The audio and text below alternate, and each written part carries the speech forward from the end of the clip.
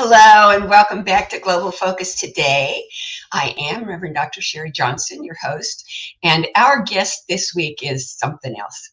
I met this guest almost 20 years ago, and I have lived in 4 states since I met this guest, and everywhere I went, I ran into this person's work. Because our guest today is a religious science practitioner, but he is also an amazing musician. His name is Mark Hayes. He's an award-winning concert pianist. People come from Baptist churches to New Thought churches to hear this man sing or play. He's a composer and an arranger and a conductor of literally international renown. His personal catalog totals over 2,000 published works, CDs and books of music, and just amazing. He got a Bachelor of Music from summa cum laude, by the way. That means with the highest honor, from Baylor University in 1975. He has served as a frequent guest conductor at Lincoln Center. We'll hear more about that shortly. The National Cathedral and Carnegie Hall, featuring his own works, such as Te Deum, Magnificat, Gloria, and the International Carol Suites. In October 2014, Mark conducted his Requiem at St. Ignatius Basilica in Rome, Italy, as part of an international music festival sponsored by the Vatican. He gets around, in other words, and that's not all. He does amazing things with the piano, but he also does amazing things with his heart. And we're going to be talking about both of them. So please help me welcome Mark Hayes.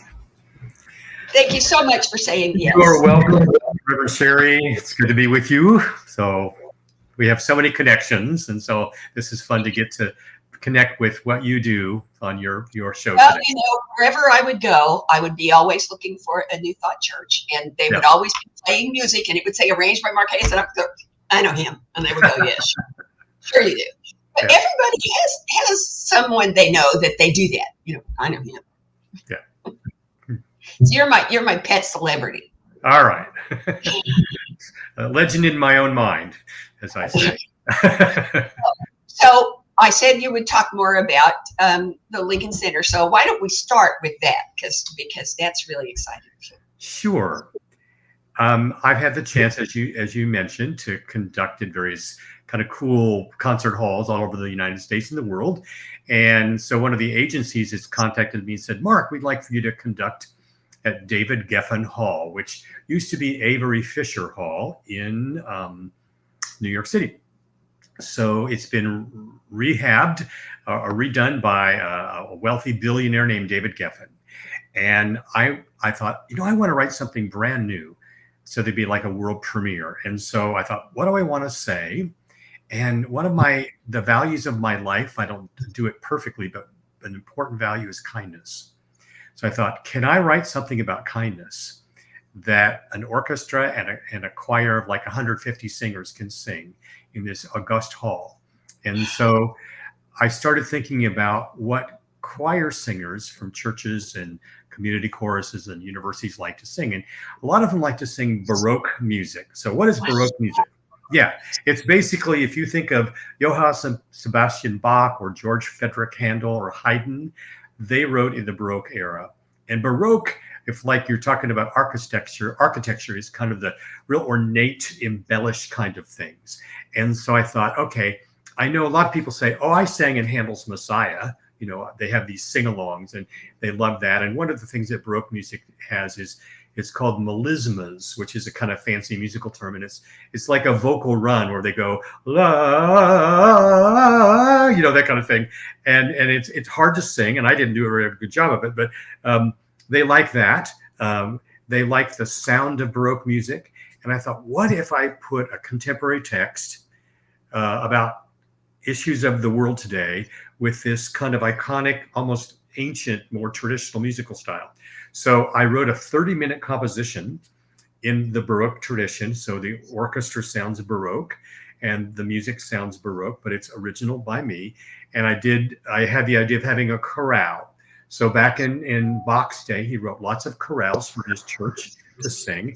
And a chorale is just like a modern day hymn or hymns that we grew up with. Okay. And so I wrote my own original chorale tune and the text to go with it. And then also I wrote a fugue. Well, a fugue is kind of like this little bite-sized melody. And Bach wrote these for organ and piano, but also for voices. And then you introduce like this little, instrumental melody. And then there's another part that comes and layers on top of that.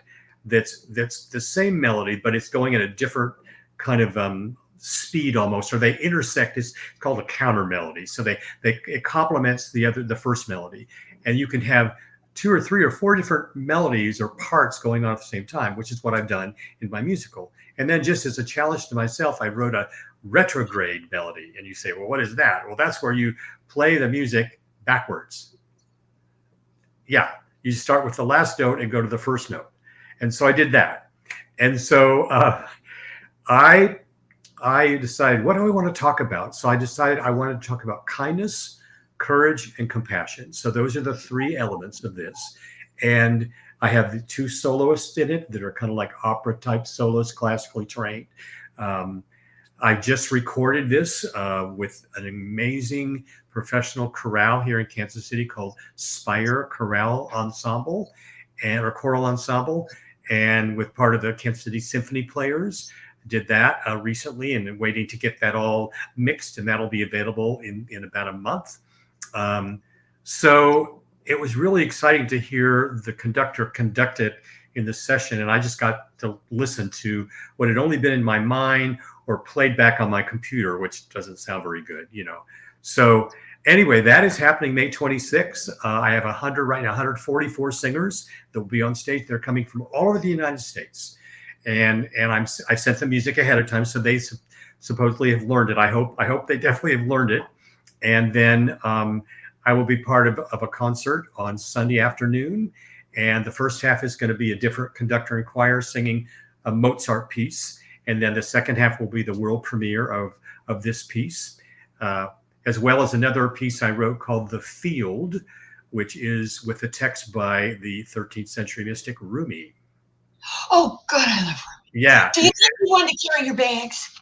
Well, so I'm very excited. I've not conducted in the David Geffen Hall yet. I've conducted in the old version. That's the artwork for this new project, chorale and fugue in the Baroque tradition, and so I'm hoping to get this published and have it available, as a CD or the sheet music in this year. Let me know the minute that CD is available. Yeah. Because I know your music, and I know that people are going to be humming those little bite-sized things. People are going to be humming for days after they hear that concert. Well, I've been humming them myself. The words that go with them are going to be just so good. Yeah. I'm just so impressed. Sharri, when I was growing up, I was raised in an evangelical church, and I was kind of a shrimp. I was a little guy. So I'm not tall even now, but I was a gentle soul. I'll just say it that way, and not super shy, but a gentle soul, and not nearly as extroverted as you are. And I know you never meet a stranger.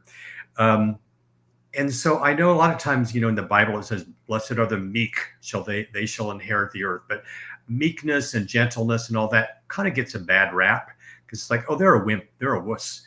And I thought, to be kind really takes a lot of courage, especially in today's world.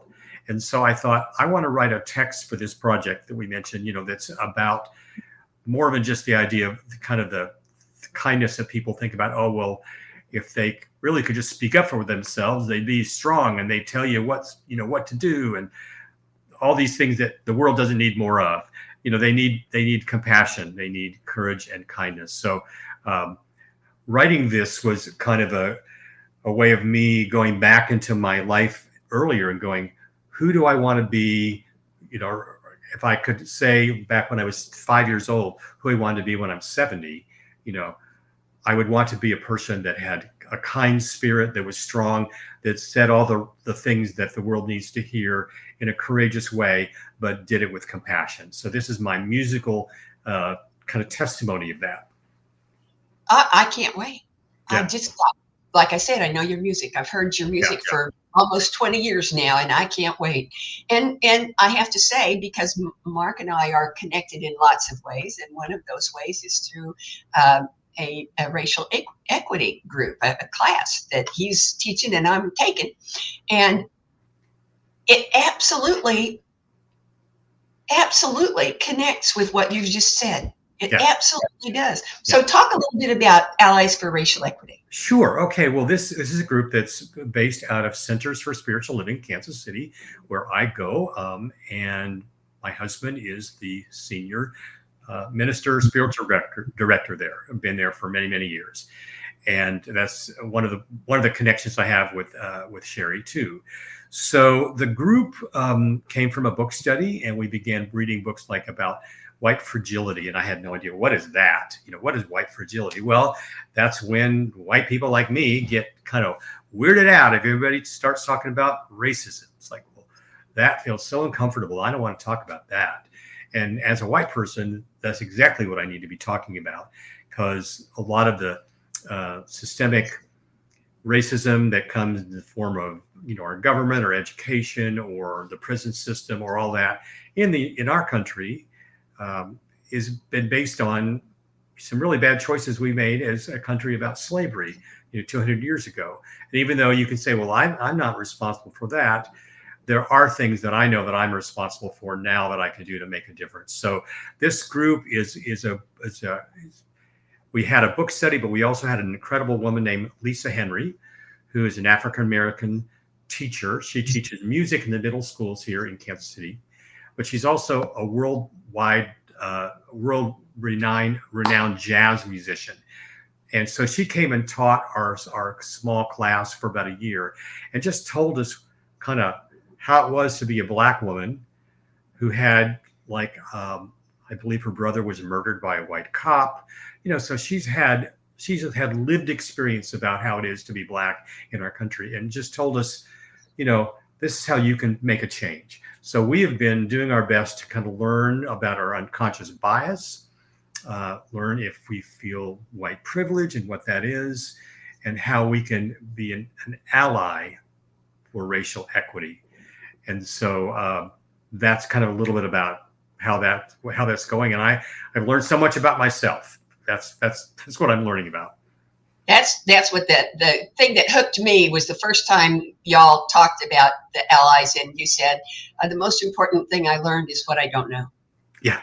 Oh. So could you explain what allies are, because not everybody is familiar with that term? Right. Allies are people that stand alongside the people that are oppressed, and this can be a Native American, this can be a person of any kind of different ethnicity than you. We've chosen to focus in on Black people, African Americans, to be their allies. And an ally is one is willing to say, I'm going to stand with you when it's uncomfortable, and it may be to my detriment to do that, or I may lose respect for my friends for doing that, but I'm going to stand with you because I've not lived your experience, but I want to understand your lived experience and have compassion for you. And that can be in the form of, I'm going to go to a protest, out on the street and say, this is wrong. It can be, I'm going to write my legislator and say, I don't think you're passing the right kind of laws because they discriminate against, Black people. This can be donating your time, your money to any kind of thing, but a lot of it is that you are educating yourself so that your unconscious biases or prejudices you don't even know you have, kind of like what Reverend Dr. Sharri said, it's like, I don't know what I didn't know. And you are willing to heal those and then say, I know all the history that's gone behind here, and I'm going to stand with you. And you're the person that, I would love it if a Black person said, I know I can call Mark Hayes and he's going to help me. He's going to talk me through this, or be there for me if I need him. That to me would be the best, definition of an ally. Yeah. So Thank you. there's some sacrifice involved, I guess, is part of it. Some uncomfortableness in the fight, because as you can tell, like specifically for African Americans, they've lived their whole life in discomfort, having to kind of go, okay, if I say this, what will this white person think of me, or how will that come across? And I don't have to think about that, because I got white privilege. So, well, I admit I have learned a tremendous amount. When George Floyd was murdered, I started taking classes. I was living in 2 hours from everything, Arkansas. There was nobody around me. I didn't have anyone to take classes with, but I took classes. And online, it was the pandemic, so online was the only option anybody had.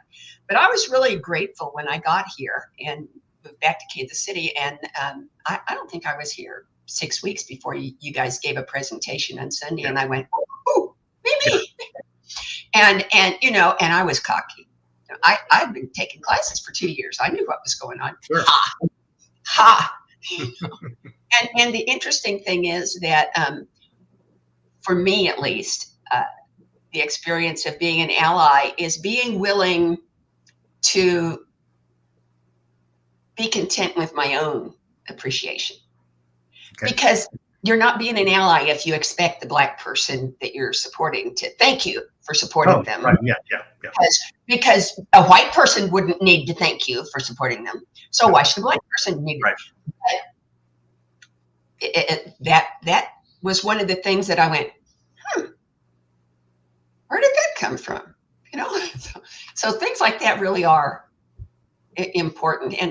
And I love how you blend music and activism all the time. I mean, you do concerts and you have amazing musicians with you, singers and that cellist, oh my heavens. And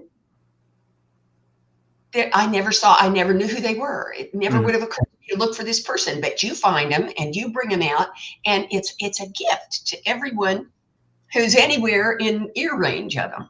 Yeah.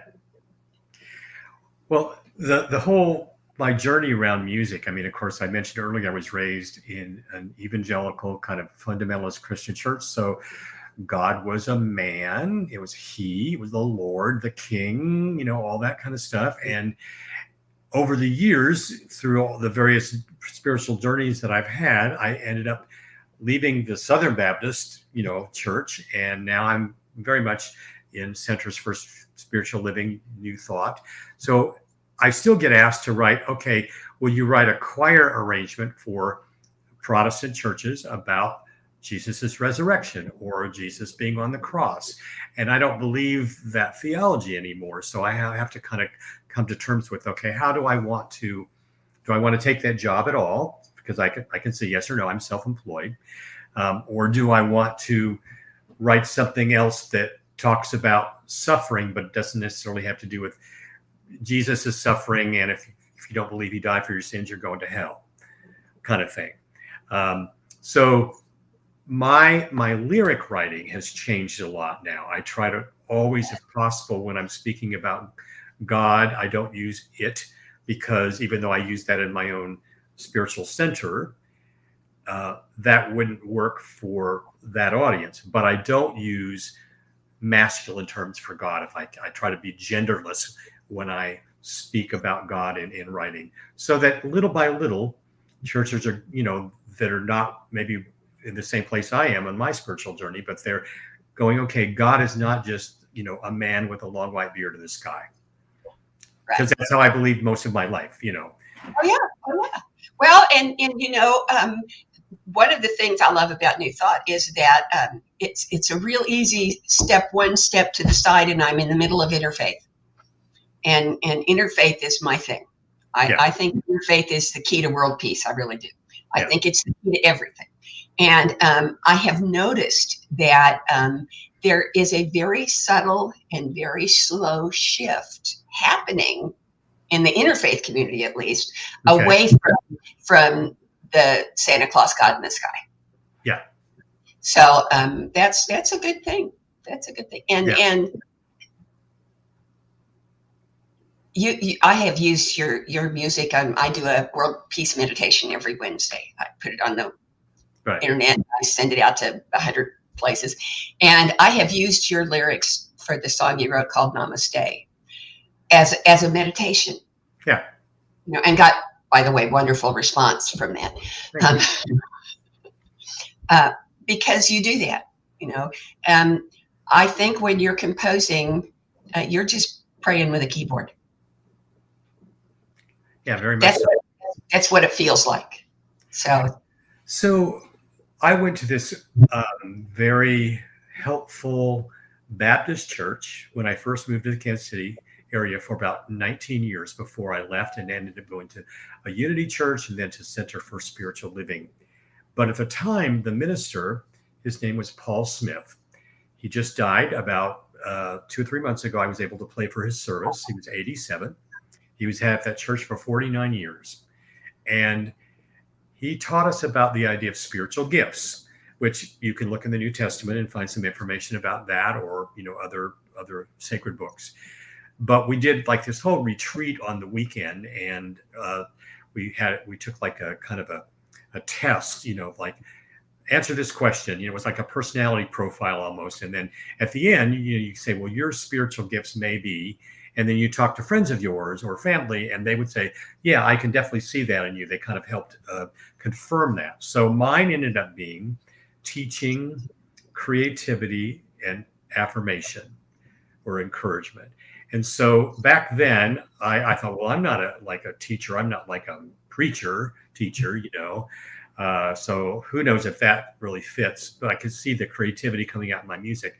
But interestingly enough, whenever I would write some of my first piano arrangements, and sometimes these would just be gospel hymns, and I would do my version of it, and it got published.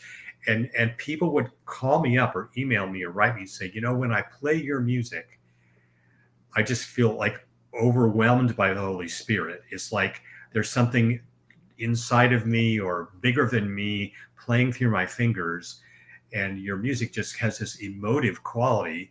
And I experienced that myself, but I never thought anybody else would. I thought it was just me playing my music, but it was actually written into the notes of the music, and people have told me that for years. So to me, that is that kind of creativity that's like anointed, can use kind of a religious word, by the Holy Spirit, and it translates anywhere that music is played, no matter if I'm playing it or conducting it or singing it or not. So that just feels like this great honor and responsibility as I have kind of download what Spirit gives me.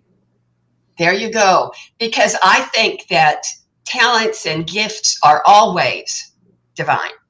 Yeah. I don't think anybody does anything powerful that isn't expressing the divine. Yeah. And I'm with all those folks who told you that, because when you play music, my heart sings. That's just all it is. Well, I write music full time. I'm basically self-employed. This is my 44th year of doing this, which is pretty amazing, and I love it. But I also go out and concertize, and one of the things I do is I direct choirs, because I write lots of choral music. So, for instance, Friday of this week, I'll be in Tyler, Texas, and I will be conducting my Requiem with a church choir there. And it's a longer piece, this kind of classical sounding. It's in Latin. There'll be an orchestra and a choir. I was there 3 weeks ago to rehearse them, and I'm coming down for the performance now. But when I go in and work a lot of times with choirs I've never seen, never met in my life, I'm just hired to come in for the weekend. It's called a composer festival or weekend. I think about, okay, I want to affirm these people, so when I leave, they feel better about themselves, whether they're excellent singers or not. The joy of getting to sing is what it's about. I want to teach them something in a way that they don't know they're being taught, because who wants a talking head, So sometimes it's about how I wrote the music and what inspired me, and that's interesting to them, how to sing it better, how to love each other better, So, and then the creativity, is just kind of comes actually in how I present to them, not only the music, but how I come off. Am I approachable? Am I loving? Do I see the divine in them? Sometimes I've sung Namaste to them and said, let's all sing this together, just as a song. And because they have it in a lot of churches, the concept of them being divine, is like, no, I'm a sinner. I'm a worm. I'm not, and so I have to, I don't go into like a theological discourse about that. I just say, you're made in God's image. And I like to really concentrate on that, the inherent goodness and divinity we have in each other more than anything. And just right off the bat, and so it's so funny that those 3 spiritual gifts identified probably 35 or 40 years ago are in operation every single time I go out and work with people. And I'm intentional and conscious of that. When I first started my journey to ministry, I was in prac training.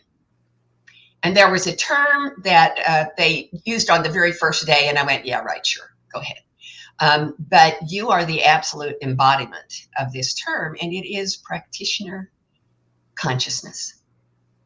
It is spiritual heart. Mm-hmm. When you talk about going and working with that choir for a weekend, yeah, it's a retreat. They don't know they're on a retreat, but they're on a retreat. I guess it is. I hadn't thought about that way. Yeah. That's pretty cool. Yeah. Well, of course, you're a minister, and I'm that's not my degree, but I'm a practitioner, licensed practitioner, as you are. And so I had no idea what that was until I started studying all that. And that's been many, many years ago.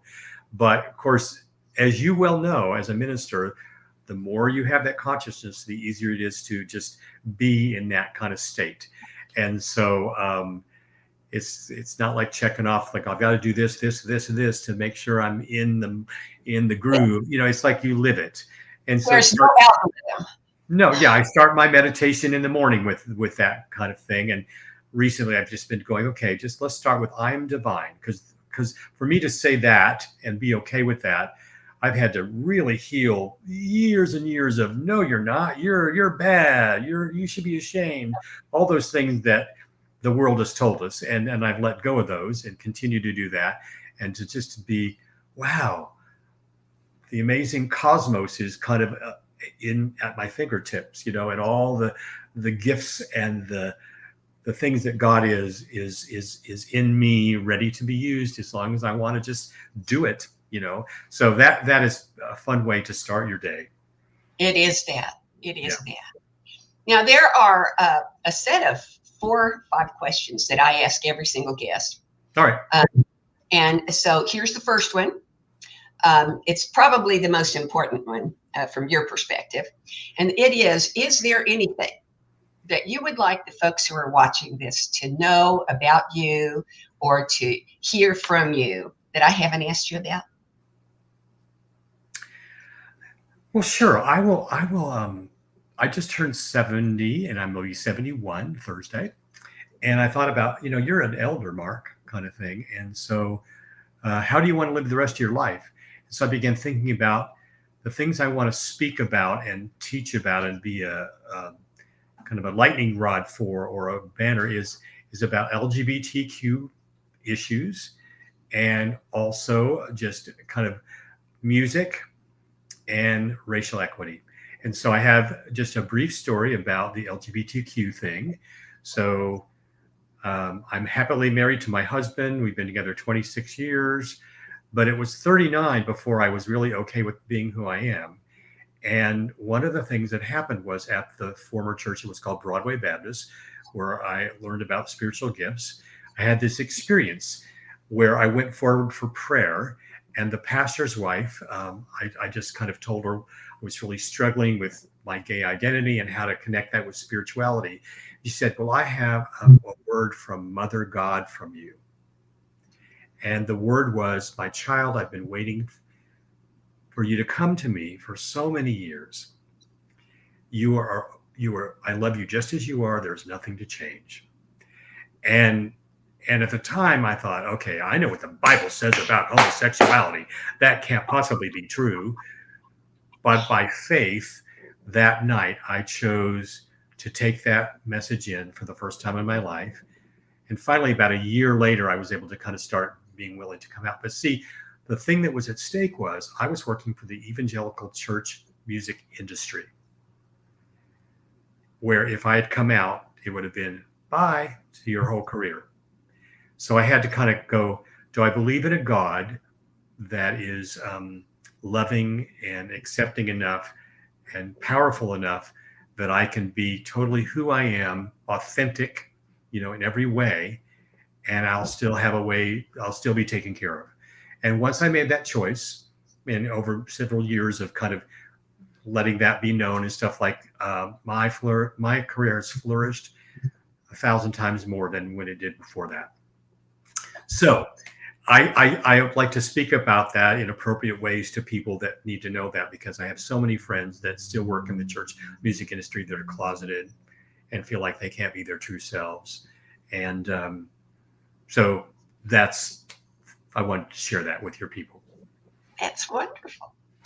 Okay, so the next question, I think you're set up for this next question. It is, how does what you do as a musician, as an ally, as a practitioner, how does what you do encourage, enhance, support, pick your own verb, conscious evolution? I think my music speaks to people's hearts. And so when people's hearts and emotions are touched, they're willing to grow. They're willing to change their mind, perhaps, about what their beliefs are. As an ally, I'm definitely in that camp. And like in our class tonight, we're going to be just practicing how to talk to other white people. And when other people, white people that are maybe a skeptic, or they're like mildly racist but don't know it, and then all of a sudden their walls go up, it's like, don't you be talking to me about that. We're gonna learn about how to keep that conversation going and find a commonality with somebody that you think's on the other side of the fence about that issue. And so to me, that is definitely conscious evolution, changing people's minds about finding out what they don't know about themselves, just like I am continuing to do that, So, and I think as I treat or pray for people affirmatively at CSL, or just in my own office here with our prayer work each week, the words I believe that have emotion connected to them, that are consciously intentional, like sending this out into the universe, they are changing the universe. I don't often see it because that's not for me to know, but I by faith know and trust that my word is powerful, because God hears it and does what God does to manifest, whatever I've asked for. So each time I'm involved with that, that is, again, enhancing the evolution of consciousness. See, I knew you'd have a great answer for that one. Okay, here's the second one, or the third one. And it sounds like the same question, but it's just a little bit different. Okay. How does what you do as a musician, as an ally, as a practitioner, how does that contribute to, unveil, support, pick your own verb, world peace? Well, certainly as an ally, if people understand themselves better, they're going to be less likely to label a Black person, a queer person, a Native person as other. And that, to me, is the beginning of peace, when I see myself in you. Okay. I created a CD and a piano book called Peaceful Piano. And it was just simply 25 little songs. They're totally instrumental. There's no words to them, but they're all about being kind of Zen, at peace. Some of them are in a minor key, some of them are in a major key.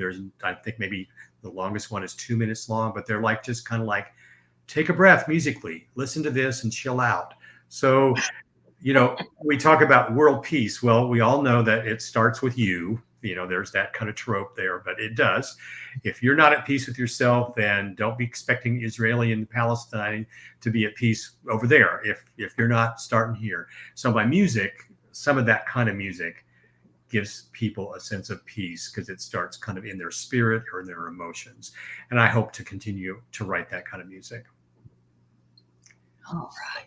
You just set me up for the next question.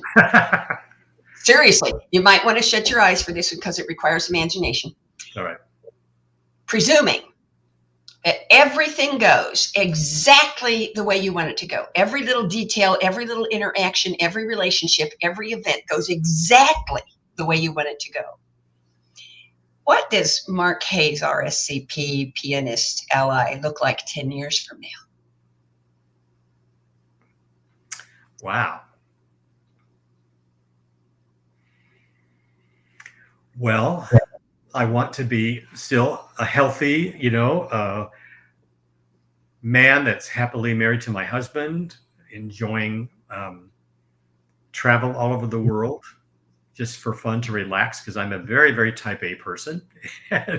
and when Mike talks about retiring, I'm like, well, why should I? I love what I do. Why would ever want to give up writing music? But I think there's a part of me too that wants to have written even bigger and grander music that for orchestra and choir or singers that is kind of like this whole kindness project. Maybe it'll be like Kindness 2.0.